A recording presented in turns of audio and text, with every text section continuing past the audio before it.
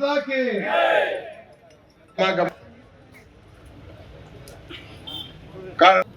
ಅಲ್ಗೂರ್ ಹೋಬಳಿ ಯುವ ಕಾಂಗ್ರೆಸ್ ಅಧ್ಯಕ್ಷರಾಗಿ ಸದರುಲ್ಲಾ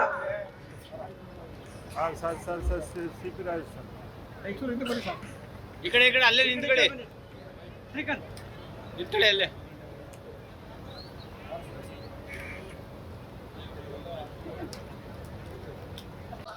ಗಾಳಿ ಬೆಳಕು ಮಂತ್ರಿ ಕೊಟ್ಟರು ಪರವಾಗಿಲ್ಲ, ಮಂತ್ರಿ ಕೊಡಿ ಅಂತ ಕೇಳ್ತಾ ಇದೀಯಾ. ಆದರೆ ಮಂತ್ರಿ ಆಗ್ತಾರೆ. ಮಂತ್ರಿ ಆಗಕ್ಕಿಂತ ಮೊದಲು ನೀವು ಇಷ್ಟೆಲ್ಲ ಕೆಲಸ ಮಾಡಿದ್ರಲ್ಲ, ಅನೌನ್ಸ್ ಮಾಡಿದ್ರಲ್ಲ, ನಾನು ಮತ್ತೆ ರಿಪೀಟ್ ಮಾಡೋಕ್ಕೆ ಹೋಗಲ್ಲ. ನೀರಾವರಿ ಇಲಾಖೆನಲ್ಲಿ, ರಸ್ತೆನಲ್ಲಿ, ಚೆಸ್ಕಾಂ ಡಿವಿಷನ್ ಇರ್ಬೋದು, APMC ಇರ್ಬೋದು, ಕುಡಿಯೋ ನೀರು ಮತ್ತು ಸೂಕ್ಷ್ಮ ನೀರಾವರಿ ಯೋಜನೆ, ಇವೆಲ್ಲ ನಾನು ನಮ್ಮ ಇಲಾಖೆದು ಒಂದು 10 ಕೋಟಿ ಯೋಜನೆ ಬಂತು, ಅದನ್ನು ವಾಟರ್ ಶೆಡ್ಡಲ್ಲಿ ಇಲ್ಲಿಗೆ ಕೊಟ್ಟಿದ್ದೀವಿ. ಸೊ ಇದೆಲ್ಲ ಮಾಡಿದ್ದೀವಲ್ಲ, 7 ನೀವೇನಾದ್ರು ಗೆಲ್ಲದೆ ಇದ್ರೆ ಕಾಂಗ್ರೆಸ್ ಮತಮಸ್ಥಾನ ಮಳವಳ್ಳಿ ಅನ್ನೋದು ತಪ್ಪುತ್ತೆ. ಅದು ನೀವು ಜ್ಞಾಪಕ ಇಟ್ಕೊಳ್ಳಿ, ನಾವು ಒಪ್ಪಲ್ಲ ಅವಾಗ. 7 ಜಿಲ್ಲಾ ಪಂಚಾಯತಿ ಗೆಲ್ಲಬೇಕು, ತಾಲೂಕ್ ಪಂಚಾಯತಿ ಕೊನೆ ಪಕ್ಷ 60ರಿಂದ 70% ಗೆದ್ದು ರಚನೆ ಆಗಬೇಕು. ಅವಾಗ ನಿಮಗೆ ಅಭಿನಂದನೆಯನ್ನ ಈ ಜಿಲ್ಲೆನಲ್ಲಿ ಪ್ರಥಮವಾಗಿ ನಾವೇ ಇಲ್ಲಿ ಕಾರ್ಯಕರ್ತ ಸಭೆ ಅವತ್ತು ನರೇಂದ್ರ ಸ್ವಾಮಿದು ಇಲ್ಲ, ಬ್ಲಾಕ್ ಕಾಂಗ್ರೆಸ್ ಅಧ್ಯಕ್ಷರ ನಂದೇ ಖರ್ಚಿನಲ್ಲಿ ಒಂದು ಕಾರ್ಯಕರ್ತ ಸಭೆಗೆ ಊಟ ಹಾಕಿ ನಾನೇ ಅಭಿನಂದನೆಯನ್ನ ಸಲ್ಲಿಸ್ತೀನಿ. ಒಂದು ಸ್ಟೇಜು, ಶಾಮಿಯಾನ, ಮೈಕು, ಊಟ ಎಲ್ಲ ನಂದೇ. ಸೊ ಗೆಸ್ಟ್ ಅಷ್ಟೇ ನರೇಂದ್ರ ಸ್ವಾಮಿ, ನೀನು ಹಾಕ್ತೀಯಾ? ಆಯ್ತು. ಅವತ್ತು ನಾವು ಜಿಲ್ಲಾ ಪಂಚಾಯತಿನಲ್ಲಿ ಗೆಲ್ಲಬೇಕು. ನಿಮ್ಗೆ ಏನು ಬೇಕಾದ್ರೂ ಸಪೋರ್ಟು ನರೇಂದ್ರ ಸ್ವಾಮಿನೂ ಮಾಡ್ತಾರೆ, ನಾವು ಇರ್ತೀವಿ, ಸಿದ್ದರಾಮಯ್ಯನವರು ಇರ್ತಾರೆ, DKನೂ ಇರ್ತಾರೆ, ಚಂದ್ರಶೇಖರ್ ಇರ್ತಾರೆ. ಸ್ಥಳೀಯ ಚುನಾವಣೆ ಜಿಲ್ಲಾ ಪಂಚಾಯತಿ ಕಾಂಗ್ರೆಸ್ ಜಿಲ್ಲಾ ಪಂಚಾಯತಿ ಆಗ್ಬೇಕು, 7 ತಾಲೂಕ್ ಪಂಚಾಯತಿ ಕಾಂಗ್ರೆಸ್ ತಾಲೂಕ್ ಪಂಚಾಯತಿ ಆಗ್ಬೇಕು. ಇದು ನಿಮಗೆ ವಿನಂತಿ. ಇದಕ್ಕೋಸ್ಕರ ನಾವು ಇವತ್ತು ಸಭೆಯನ್ನು ಮಾಡಿದ್ದೀವಿ. ಅದರ ಮಧ್ಯದಲ್ಲಿ ನಮ್ಮ ಕಾರ್ಯಕ್ರಮಗಳನ್ನ ನಿಮ್ಗೆ ಜ್ಞಾಪಕ ಮಾಡಿದ್ದೀವಿ. ನಮ್ಮ ಕೃಷಿ ಇಲಾಖೆ ನೋಡಿ, ಕೊನೆಯಲ್ಲಿ 2 ಮಾತು ಹೇಳ್ತೀನಿ. ಬೆರಳಿಕೆ ಜನಕ್ಕೋಸ್ಕರ ಈ ಸಮೂಹ ಅಥವಾ ನಿಮ್ಮಿಂದ ಇರ್ತಕ್ಕಂಥ ಆ ಮಹಾ ಸಮೂಹ, ಆ ಕಾಂಗ್ರೆಸ್ನ ಶಕ್ತಿಯನ್ನ ಅಲುಗಾಡ್ಸಕ್ಕೆ ಯಾರಿಂದನೂ ಸಾಧ್ಯ ಇಲ್ಲ. ಸುಮ್ಮನೆ ಅಪಪ್ರಚಾರ ತರೋದು, ನರೇಂದ್ರ ಸ್ವಾಮಿ ಬಂದ ಬೋಲ್ಬಿಟ್ನ, ನರೇಂದ್ರ ಏತಕ್ಕೆ ಹೋಗಿದ್ದಪ್ಪ ತೀಡದ್ನ ಚೆನ್ನಾಗಿ ಅನ್ನೋದು.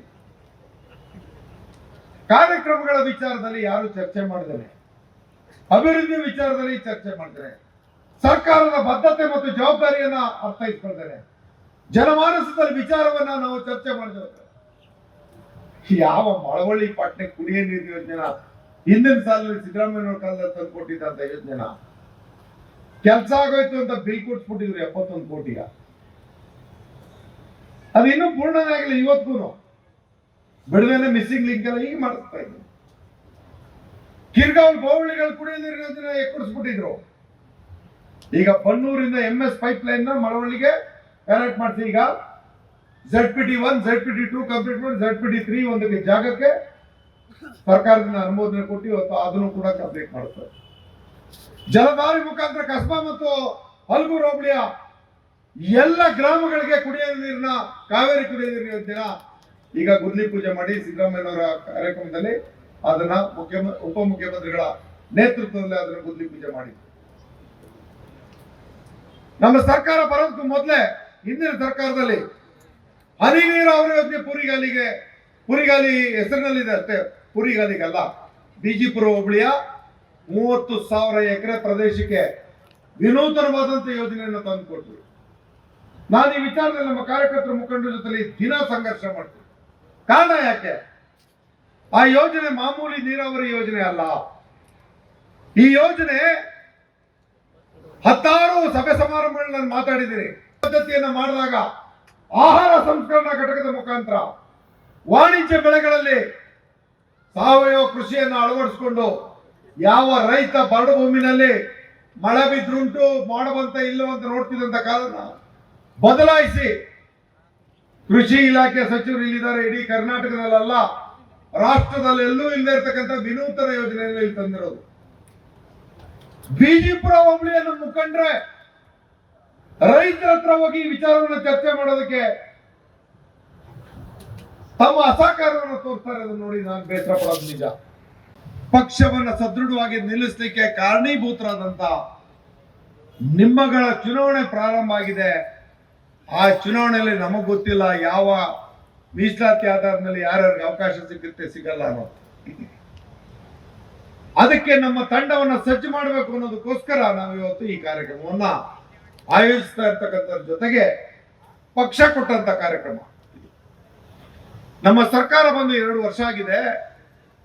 ನಮ್ಮ ಕಾರ್ಯಕ್ರಮಗಳು ಬರೀ ಕಾರ್ಯಕರ್ತರಲ್ಲ, ಶ್ರೀ ಸಾಮಾನ್ಯರ ಬಳಿಗೆ ತೆಗೆದುಕೊಂಡು ಹೋಗತಕ್ಕಂಥ ಕಾರ್ಯಕರ್ತರ ಮುಖಾಂತರ ನಮ್ಮ ಯೋಜನೆ ನಡೀತಾ ಇರೋದ್ರಿಂದ ಸರ್ಕಾರದ ನಡೆ ಕಾರ್ಯಕರ್ತರ ಕಡೆ ಅನ್ನುವಂಥ ಘೋಷಣೆಯನ್ನ KPCC ಇಂದ ನಮಗೆ ಕೊಟ್ಟಂತ ಕಾರ್ಯಕ್ರಮ. ಜಿಲ್ಲೆಯ ಎಲ್ಲಾ ತಾಲೂಕುಗಳಲ್ಲಿ ಈ ಒಂದು ವಿಧಾನಸಭಾ ಕ್ಷೇತ್ರಗಳಲ್ಲಿ ಈ ಕಾರ್ಯಕ್ರಮ ನಡೀತು. ನಮ್ಮ ಮಳವಳ್ಳಿಯಲ್ಲಿ ಕೊನೆಯ ಕಾರ್ಯಕ್ರಮವನ್ನು ಎತ್ತಿಕೊಂಡಿದ್ದೀವಿ.